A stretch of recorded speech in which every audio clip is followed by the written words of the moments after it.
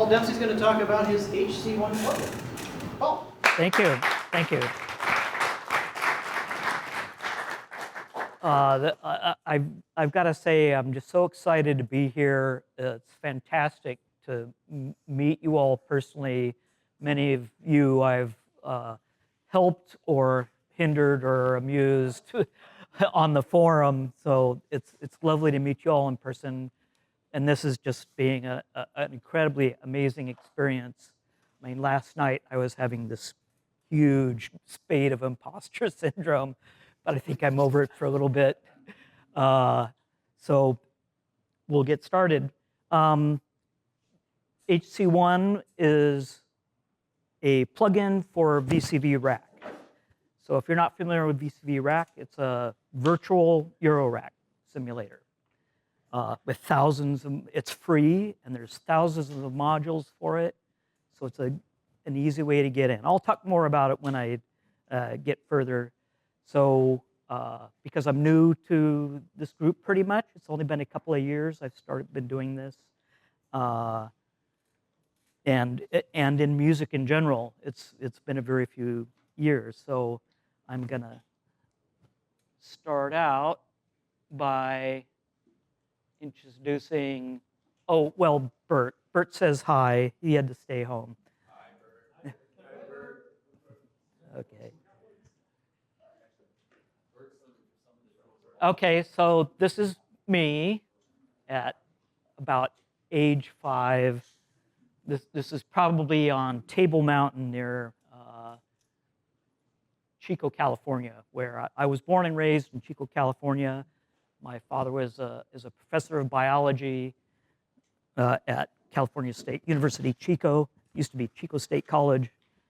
And then after high school, I went to UC Davis. My major was initially electrical engineering. Later, the electrical engineers were all so boring that I changed my major to design.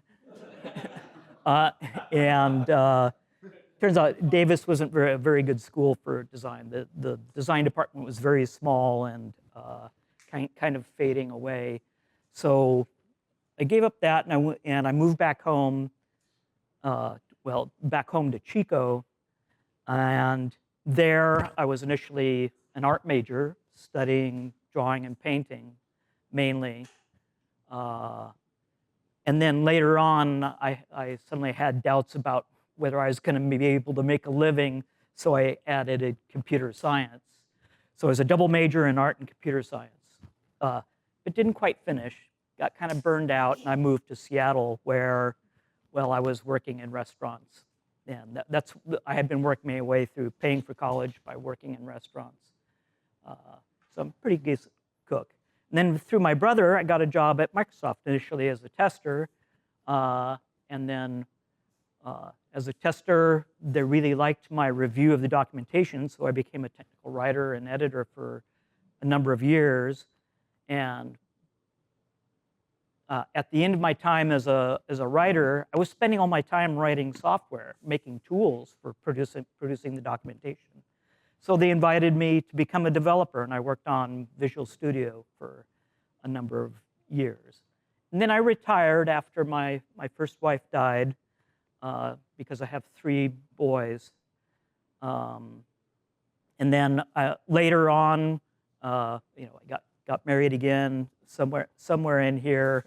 And I went back to Microsoft, where I was a developer in the Visual Studio setup, and did sustained engineering. So for a time, it was really weird. I was working in the developer division, but because I was doing sustained engineering, I owned Windows scripting. So JavaScript and VB script were pieces that I owned. Lost my tester, they went away and they never replaced them. I lost my program manager, and so at some point I was doing it all by myself. And in the midst of this, they were trying to ship Vista. And one of the features of Vista was these widgets that would come up in a sidebar. And they were written in HTML running on JavaScript. So suddenly, this component that had been neglected for years was suddenly in the line of your boot up process.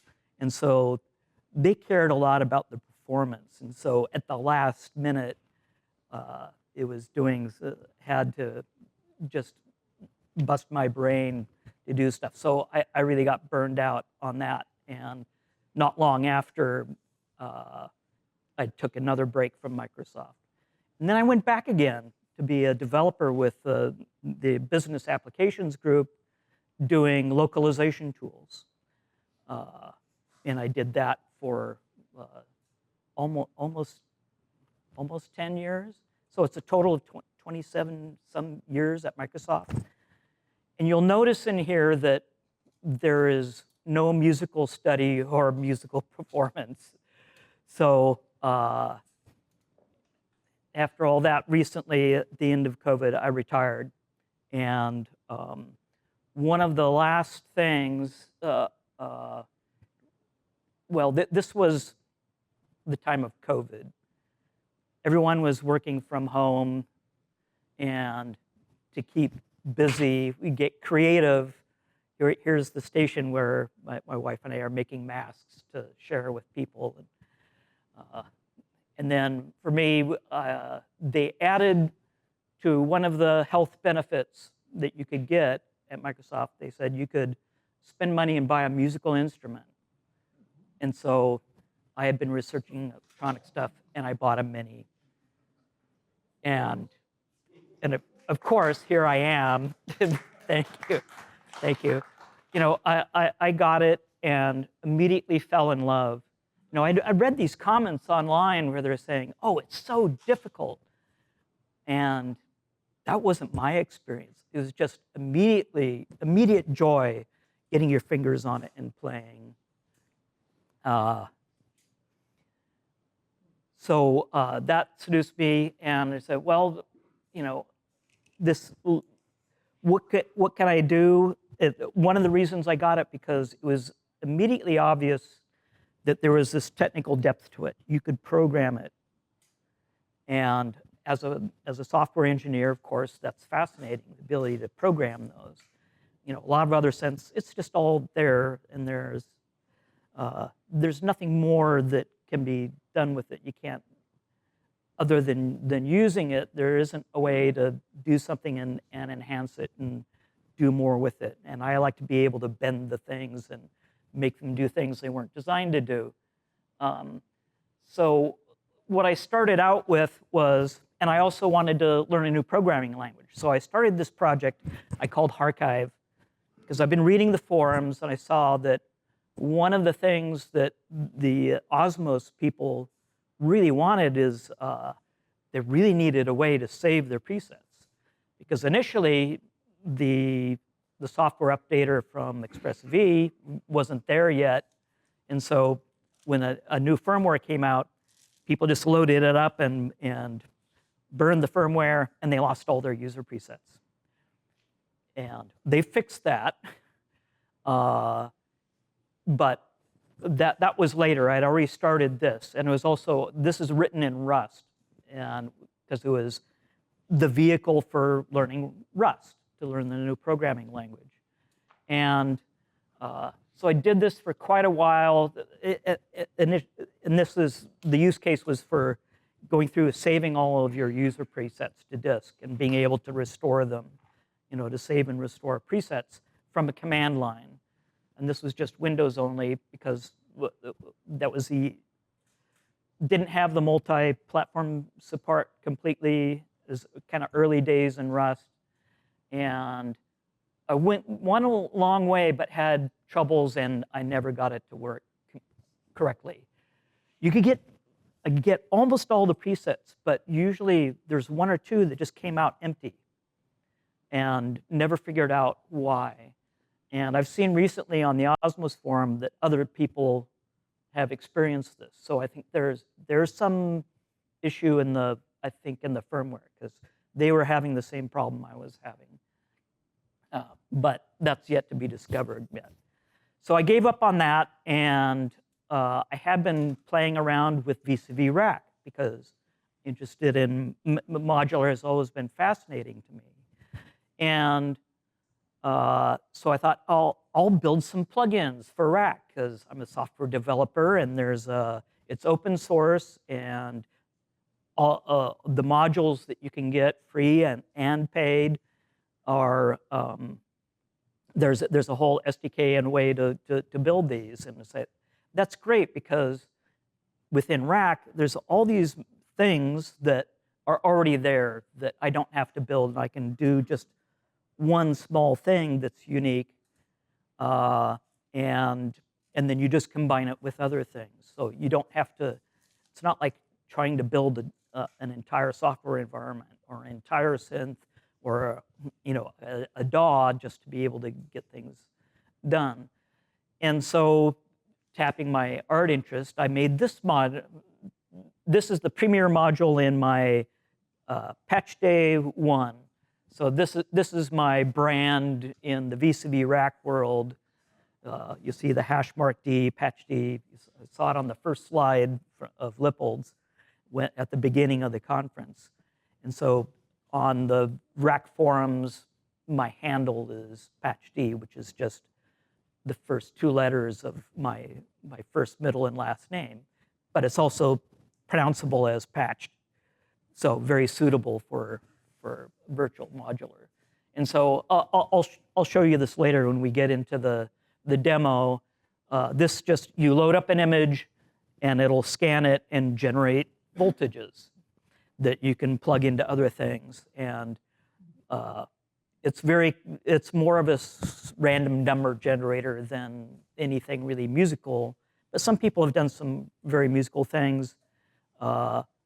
I don't have the image tune to give you something really traditionally musical. I like noise music and things like that, kind of where I come from, at least initially, because I am not a great instrumentalist yet. So after that was done, I started working on HC1, and I brought over a lot of things that I learned from making the Archive tool. And just to go back to some of the early days with Archive, I jumped right on the forums, and at one point I was talking about I'm interested in building software that's will work with the Egan matrix stuff, but unlike the Hawken editor, something that's focused on performance, that's something useful for a performer, and then something that starts up fast, something that makes the presets really easily accessible. So that was the idea of a performance companion. And that was just talk on the forums at the time. I didn't really have great ideas about exactly what. And I hope to encourage people to share what do you want from software that works with your instruments that isn't handled by the Hawken editor. And so, because I was already kind of playing around with VCV Rack and done those modules, it was natural to use that as a platform, because then I don't have to build everything else. That they can use it, and you can leverage that to do all kinds of other things. And I can focus on just adding value in one small area. Let's see where. So this is open source. This is off of the little README on the site. Osmos has some known problems when you're driving it externally. My software is no different, doesn't solve those. So as you're switching patches, you don't see them on your Osmos display. But in many respects, you probably don't need to be using that part of the Osmos when you're using this program, or that's my hope. But this plugin should work within anything with an Egan matrix and USB MIDI. So now I think I can move to a demonstration. So I'm going to turn that off.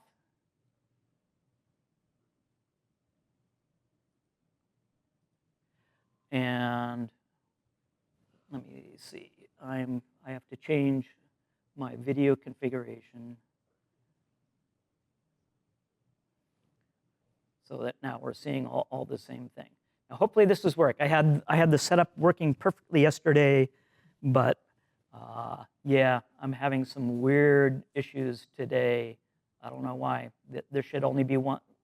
There should be none of these yet in there, and this may cause me a problem. So let's see if this is going to work. Bear with me. Yeah.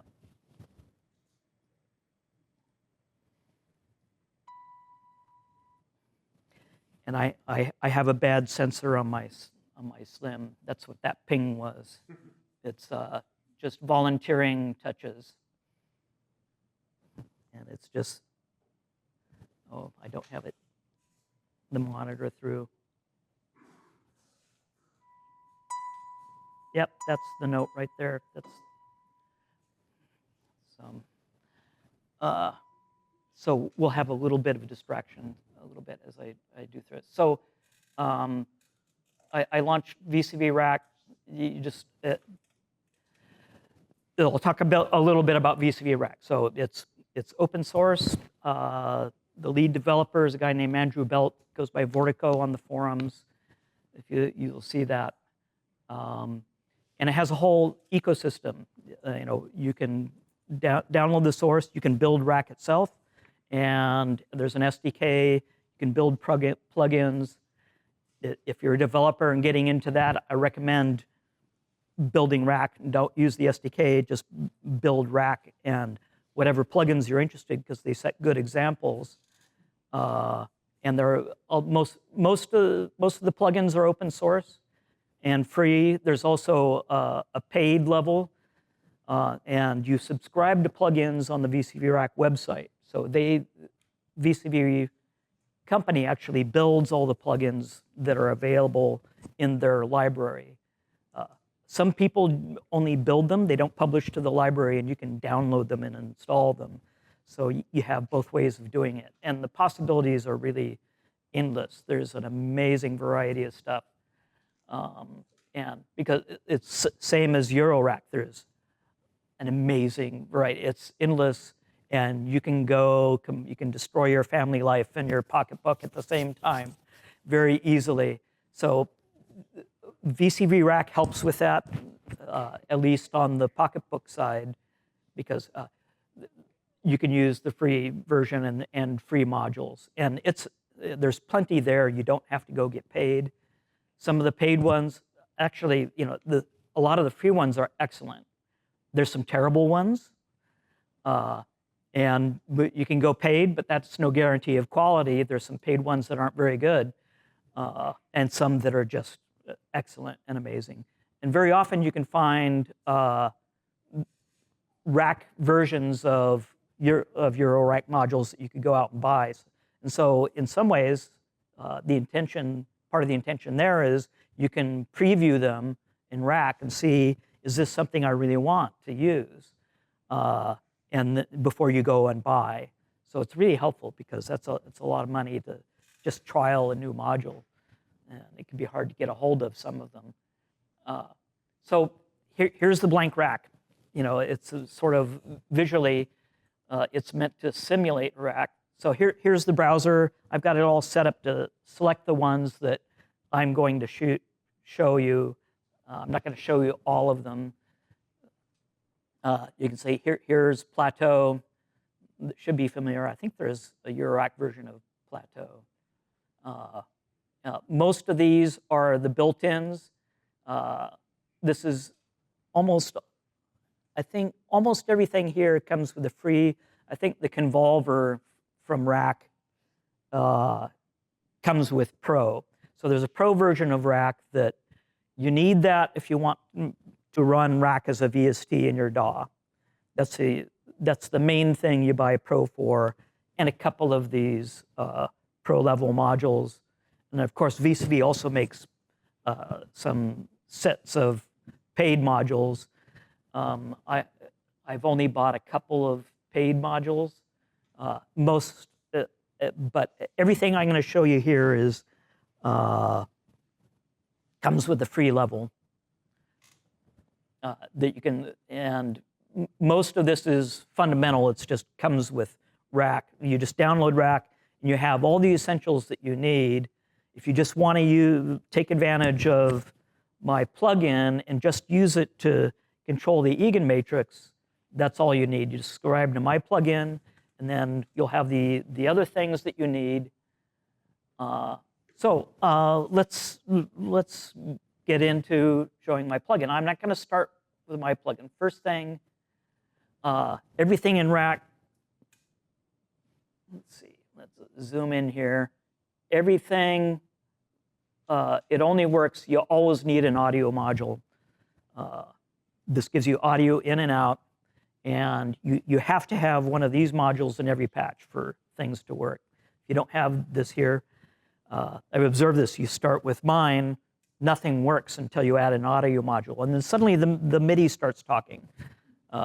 It's because it's an odd little thing that's built because of the way Rack works. So I'm using the Audio drivers and the Focusrite, which is my 2i2 here is my audio interface. And then let's see. Let's see. I have to plug some stuff in, I think, before I see any. Yeah. And then I'm going to need a mixer. So I'm going to take this is the output from the device. So bring my channels in, take the mix to the out. Okay, so here's my 70.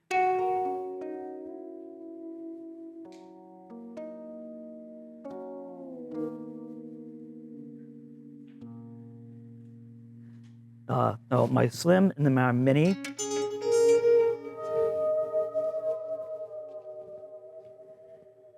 That's a little hot, isn't it? Let's see, that's on the left here. That's better. Okay, so already you can see I've got a mixer. I don't have to buy a mixer. And then, okay, let's see, I have the MIDI on the left. Let's give the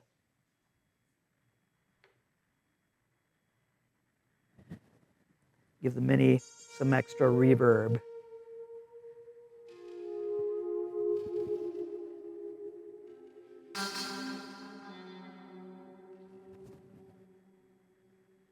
Okay. But you came here to see the HC1 module. So let's do this.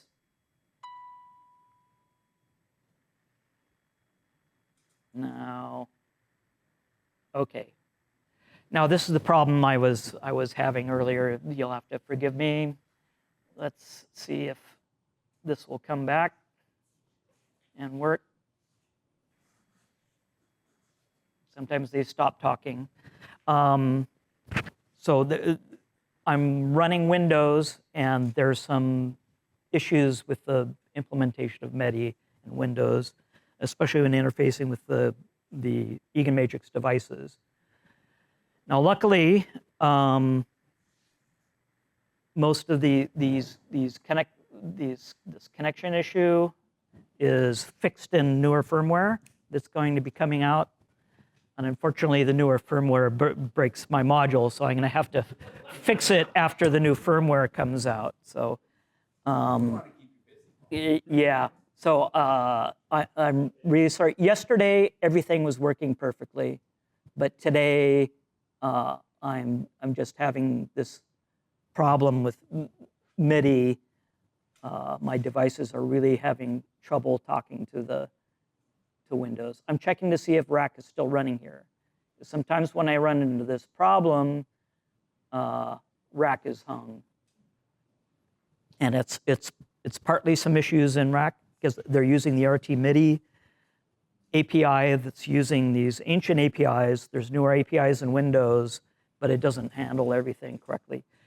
But there is good news on that front as well. Microsoft currently has MIDI 2 support in beta.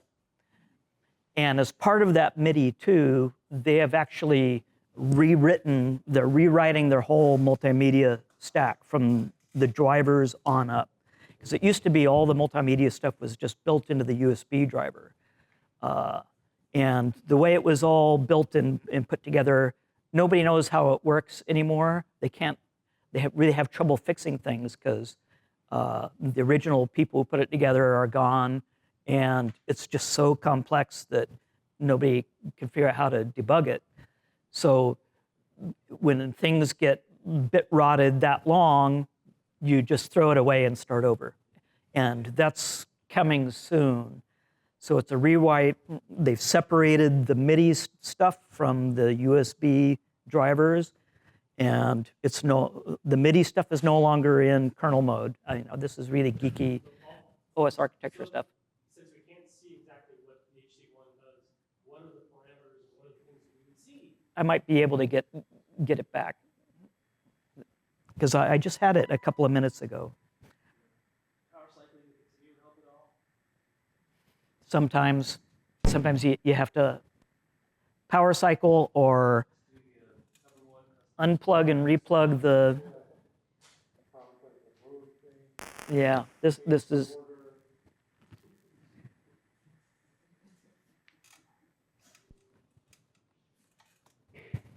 Yeah, I can. So you get to have some hints on the troubleshooting here. So this little jack in the corner is our MIDI. So you can see, the key step is fine. The nano control here is MIDI controller is fine, and it sees the continuum, but something is holding on to it, and it's not seeing the mini at all. So I think at this part, I'm going to restart Windows. This was working perfectly yesterday, and I just got it working a few minutes ago, but because I wanted to show you from restarting, lost that working context. We had a schedule where we put your demo on Monday. It would work today because it knows you're doing the demo. This is every presenter's nightmare when your computer doesn't work. Windows device for the, will you install these updates? Right. I made sure that it was up to date this morning, so we didn't have to go through that part. So I probably need to.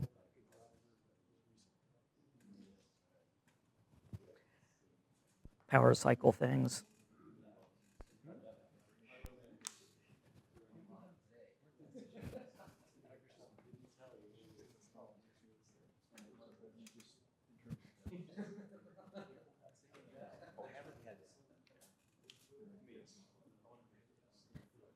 Okay, I just heard them all. At least they're connecting to Windows.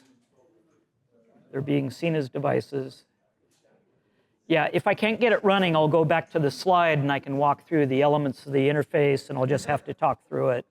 But we'll give it one more try.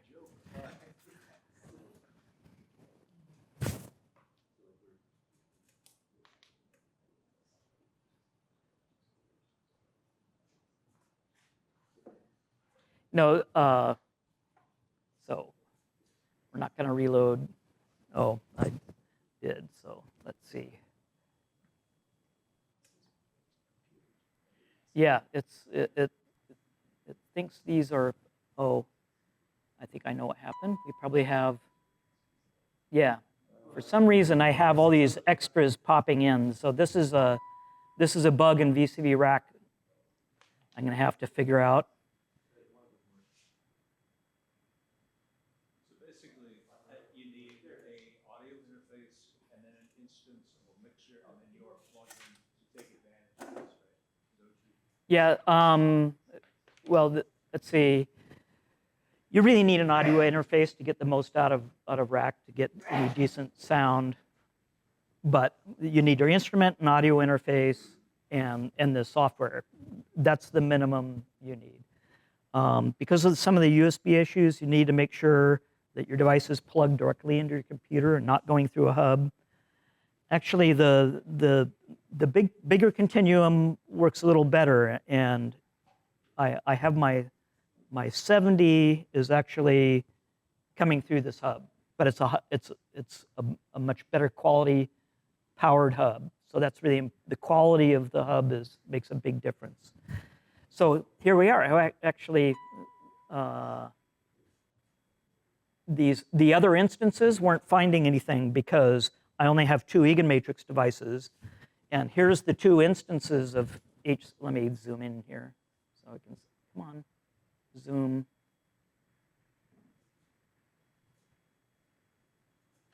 Okay, so I have 2 instances of HC1. So you just need to drop an instance in, and it'll find the first eigenmatrix in the MIDI device enumeration order and connect to it, hopefully. And there's some negotiation it has to do. I cheated a little bit where I'm using this. There's a right click, and there's options here. So I have this option set to, oh, actually I don't. I thought I did earlier. It depends on the patch. That's right, I started this patch over again. You can check save user presets, and then it just uses its local cache. Otherwise it always asks the device what the user presets are to find out what's in. So here's these are just default 1009 firmware presets. Here's the user section, and then here's all the system ones in system order. Right-click the tab, and you can go to any of the categories, and then it's doing that changes the sort order to by category, which is kind of the way you browse them in the device menus. And you can choose a sort order. The default I have it is alphabetically, because of that kind of, if you know the name of the preset you want, then it's easier to find by going alphabetically. But you can sort by category or in system order, which is almost alphabetical, but not quite, because the system order, they're ordered, and this is different from the way there's kind of like two different views onto the presets in the eigenmatrix. One is this internal system level that's chosen by one set of MIDI signals, and then there's a different one that's by category that you see in this interface here. And my software uses the system order because that's the way I get them back when my software asks to enumerate all the presets on the device. You get them in system order, not in this kind of category by category view. But there's a way of selecting presets both by that Richard documents, and then there's another way that's actually that I'm using that's internal. Now I have to tell you a little bit about that. Making the software on this firmware 1009, the eigenmatrix wasn't really designed to be completely externally controlled by other things. It's not open. The editor talks entirely by MIDI to the Hawken editor. There's no it's all by a MIDI. There's no other protocols involved. But not everything is documented, because everything on channel 14. I do computer thing. Channel 15 is all talking to the eigenmatrix itself, and channel 16 is all the user controls, and those are kind of the documented stuff for all the channel 16 things. And when I was first doing this, and about the time that I started building Archive, I had talked about building this performance companion, and you know, on the forums. And at about the same time, I had some issue with my my Mini. I didn't have the big one yet. And so I opened a support ticket, and so as is common, Lippold said, "Oh, set up a Zoom call and we'll walk through this stuff," of course. And we didn't even talk about, you know, my ideas for building the software companion. I mean, we just talked about, well, a lot of different things. Found out we're about the same age. We're 3 months apart.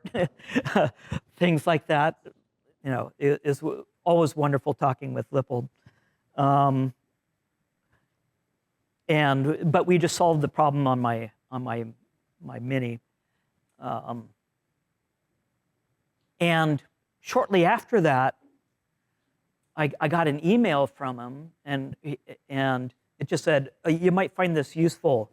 And there's the header file from the MIDI section of the firmware source code. And it's like, I already had a really pleasant talk that was already mind-blowing for a product support experience. But then that, you know, I didn't ask. He just said, he had seen my posts, he'd never followed up on them, but he'd read them, apparently, and said, "You might find this useful." And my mind was blown by that. Just what an amazing gift. And so, you know, after receiving that sort of obligates you to push this stuff to completion. And I just finished this just a few months ago. I got it to release. There's still a few little issues that I need to work out, but so I'm not going to go into those, but a little bit. I'll just show you that there's more modules here that go along with the HC1.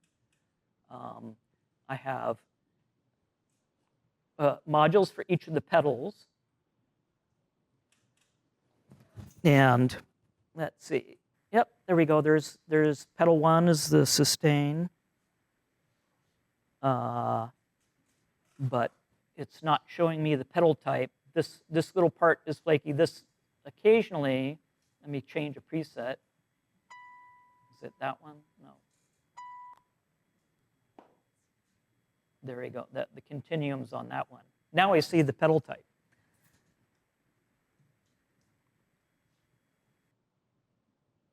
And so you can see I'm working the pedals here, and so we're seeing the pedal values coming out.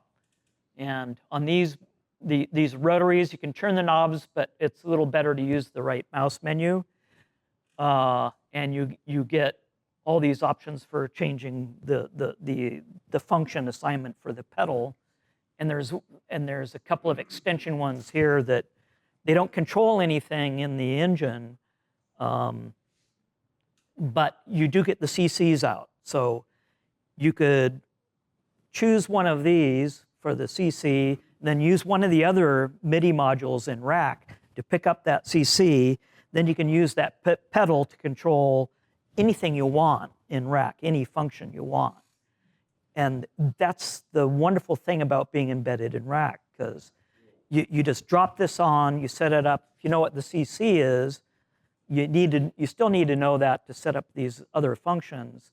But most of this it's really intuitive and direct. You don't have to know what the CC numbers for these are. And you can see, let's get a more useful preset there. So we're reading the descriptions for the macros. So if a macro is described, it's how it's described will show up here in the label. Otherwise, you get the stock macro number. So reading the name of the macro, this number here, this 2, next to the size there, that's pedal 2. So it's telling you what pedal is assigned to it there. I mean, this is all stuff that you see. The Hawken editor shows you this information as well.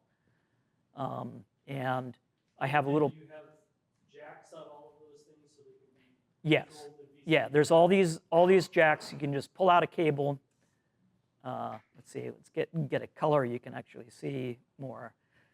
So you can take something, and I have another patch I'll load up and show you that's actually using this. And So the pedals also have the jacks, similar jacks that you can take the output of those pedals to directly without even. yeah, so anything, here's just the, you can actually drive the pedal function by, well, that's an input. yeah, so you could have a little CV there, change, modulating the sostenuto. So that's both an input and the second one is an output? Yeah, this is the output from the pedal.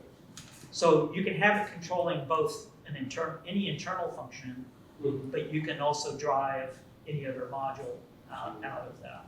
Cool. So that, Do you find that you use the jack to control things more often, or to control the CC? I rarely go into the CCs because when you have it here, it's just visual and direct in front of you. You just plug them together. You're not looking up the numbers and typing them into something. This is much more direct. So you see these little buttons here. It'll turn on the light. Let's see. Let's just grab here's an LFO just so that we can get some signal there going into it, and you can see what's happening. So this has two modes. There's absolute mode, and unlike many things in Rack, I'm a little unusual. I'll show you the actual value that parameter is getting. So you can see this LFO is changing sweeping the size through its full range. And that's in absolute mode, but you can make it relative mode, which is, you set this, well, I turn on the relative mode, and that's this little light, you click that button, and now it's a delta from whatever the knob position is. And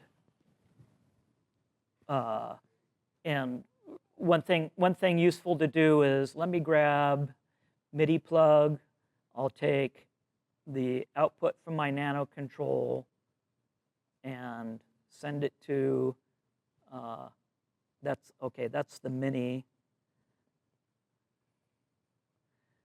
Okay, so now my nano control and knob 1, okay, I think Rack just crashed. Yep. yeah, which happens. It's open source software.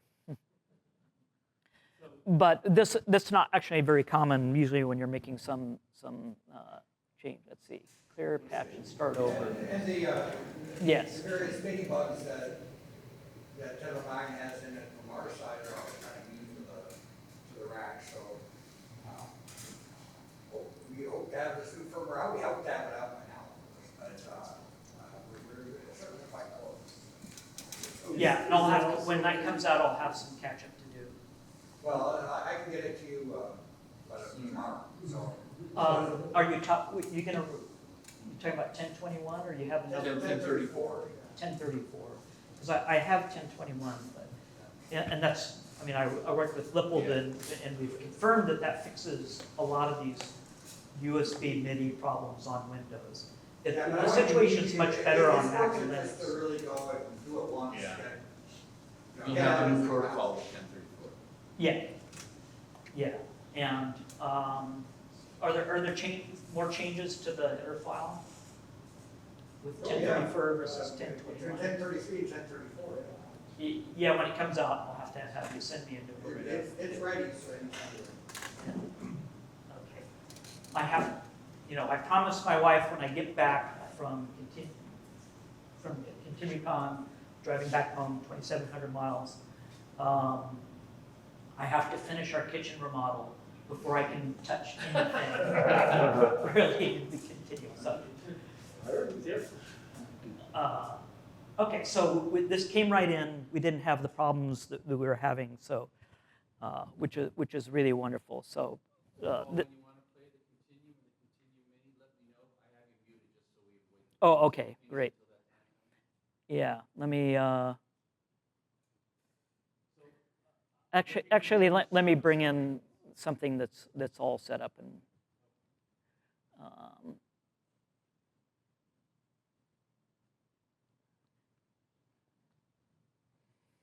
now, there's all these extra ones that are popping in. That just started happening. And it's a bug in Rack. But it's causing a lot of problem because I do this mutual exclusion. I'm trying to be really friendly and I automatically hook things up. But you only get one instance of HC1 per device. Oh, and just briefly, I wanted to show you that let's filter by, So this is your library, but you go to this page. yeah, this is the browser. It's not this is my local library. This is the modules that I've subscribed to and have been downloaded. And I have tons here, way more than, most of these I haven't even looked at. So let me find patch day. Okay, so these are mine. And then, can't really, let's see, this won't zoom here. Let's zoom this up. So you can see. So here's the pedals that you're also seeing, because it's the same brand, you're seeing modules from my other plugin, the patch day 1, rather than the HC1. I don't know why everything's 1. So I have one module for each pedal, for pedal 1 and pedal 2, a module for controlling your rounding, module for the compressor, one for the tilt EQ, and here's the supplement for the favorites. I'll show you more about the favorites in a minute. So I'm not going to put those on there. So let me see make sure okay, that's oriented. That's the patch I wanted. And this is the harp. I love the harp. And I use it in ways it doesn't sound like a harp. So let's send the MIDI. So here, you can see I have 2 of these Imagine modules, which are my module from my other plugin that reads data out of these images. And these are, the one on the right is you saw on my desktop earlier, if you came in earlier, and another one is I love to photograph beach rack. And so this is all set up. That tinging is this noisy sensor on my Slim 70 that I'm not playing it right now. Let's see, that's all set up right, it looks like. So let's turn it on, yeah.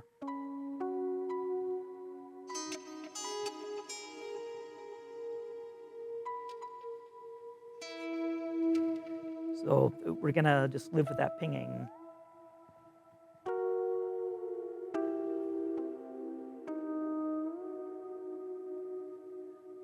I love this harp and sliding it.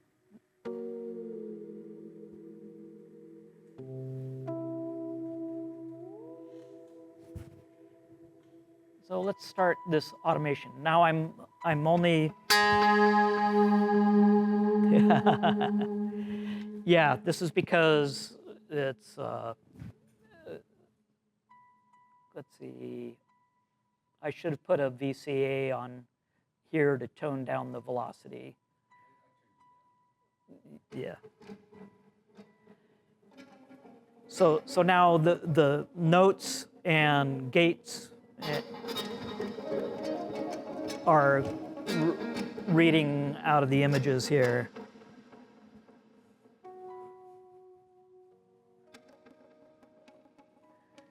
So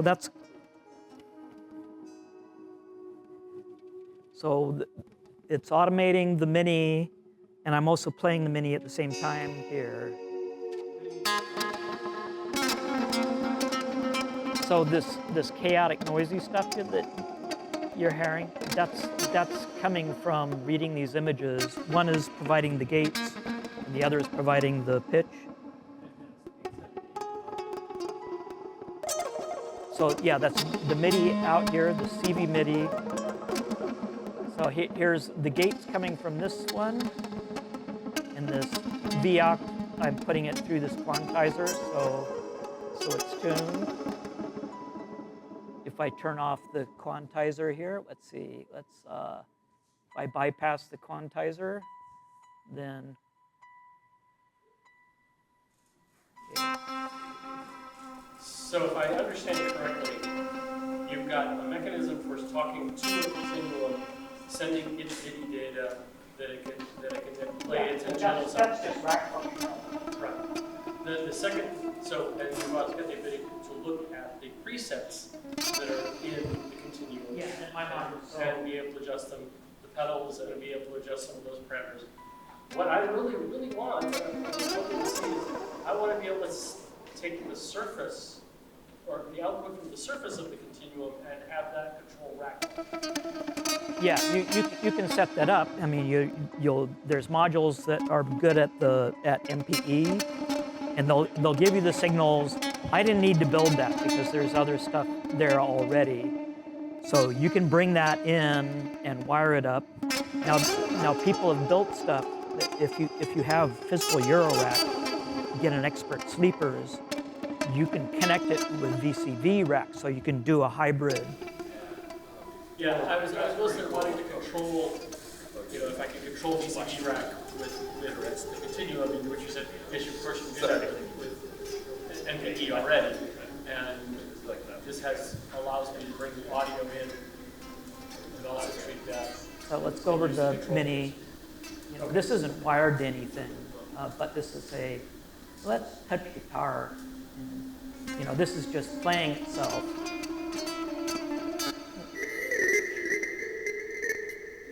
So now you can just switch the presets here. So let's see, I showed you the system stuff. So say I like this one. This heart here, is that big enough to see? Let's make it bigger. So I'll go back and this is kind of chaotic, but let's see. You can page through the presets here, but you can just flip the scroll wheel. Rack is really mouse oriented. And you can do stuff in the touchpad. This is actually a touch screen, so I could do there. That I change by, I can't scroll by touch, but I can touch the preset. So actually, let's see.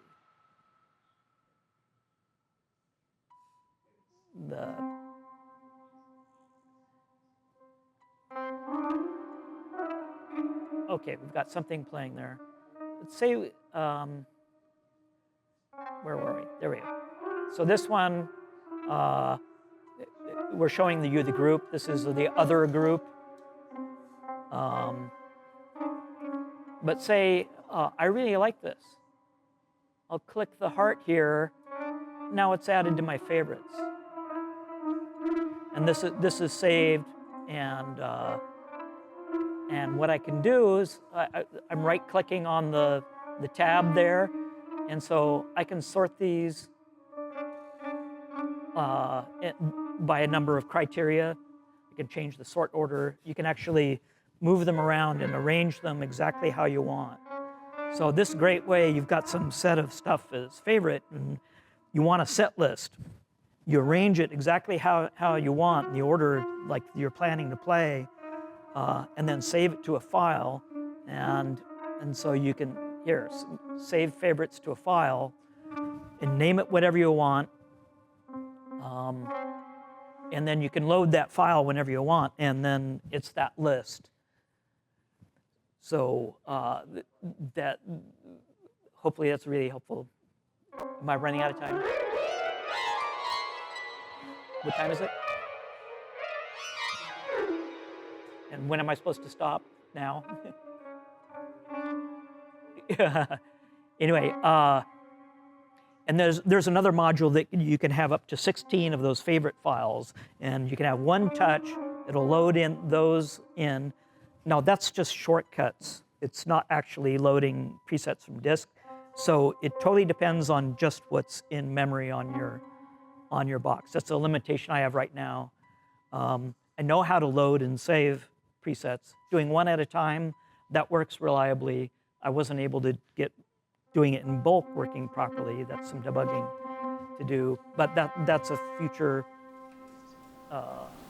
So that little green dot that's scrolling left, right, that's showing you meeting info coming. Yeah, so this is the mini. Now we'll play the mini and you'll see that green dot move.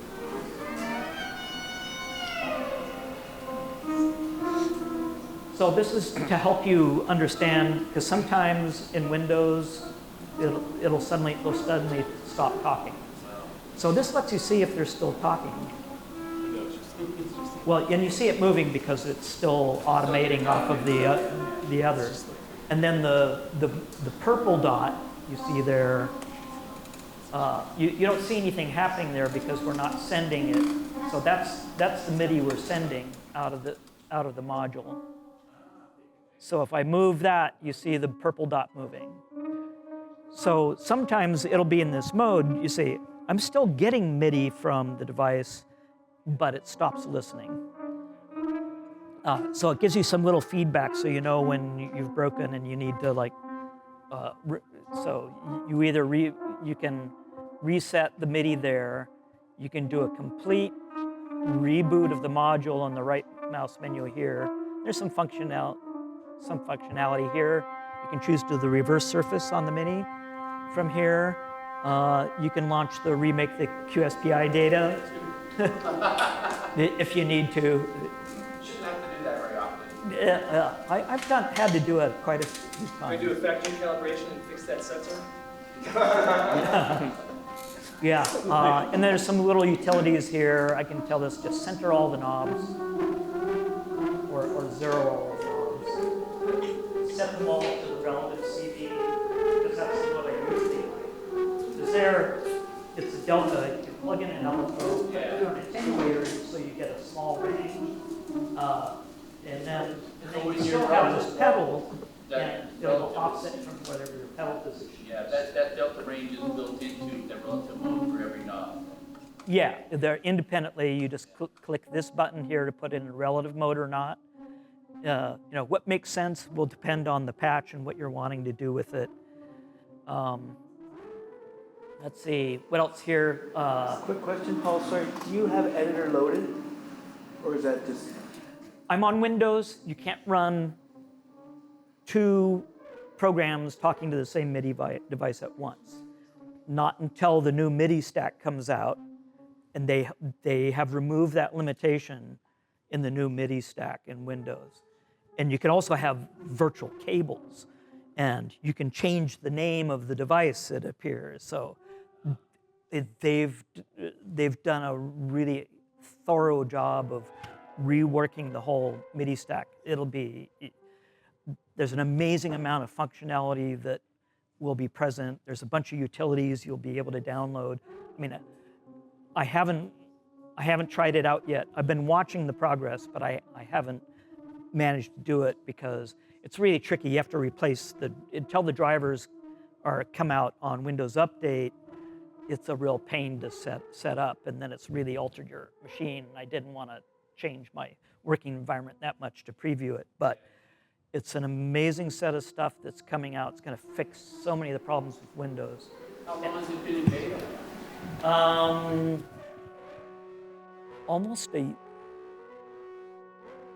Almost a year, I think. And it's probably, they're getting close to shipping, in a few months.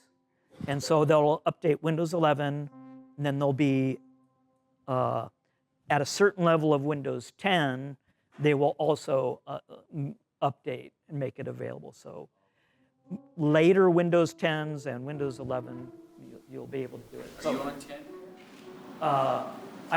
I'm Windows, this is Windows 11. This machine is actually running Windows 11 previews. So I don't think I've gotten it, I don't think they've shipped it yet, but they're So we really don't close. see Russ around, but I think we're over time for the next one. Oh, that's right, got one more. Well, we finish at 5. I didn't know if we. So, I don't know yeah, where our I host can went. wrap it up. Maybe afterwards, we've got lots of open stuff. We can do some Q&A. Yeah, we can come back and do Q&A. This is really exciting though, with the ability to live in the box and in the real world at the same time. Yeah. Go back and forth. Well, and also, right now, you can't run 2 instances of the editor and do stuff with your devices. This, you can, as many Egan Matrix devices as you have, you just drop another instance of HC1 in your cache, and you've got all of that control. It's a. Thank you. Thank you.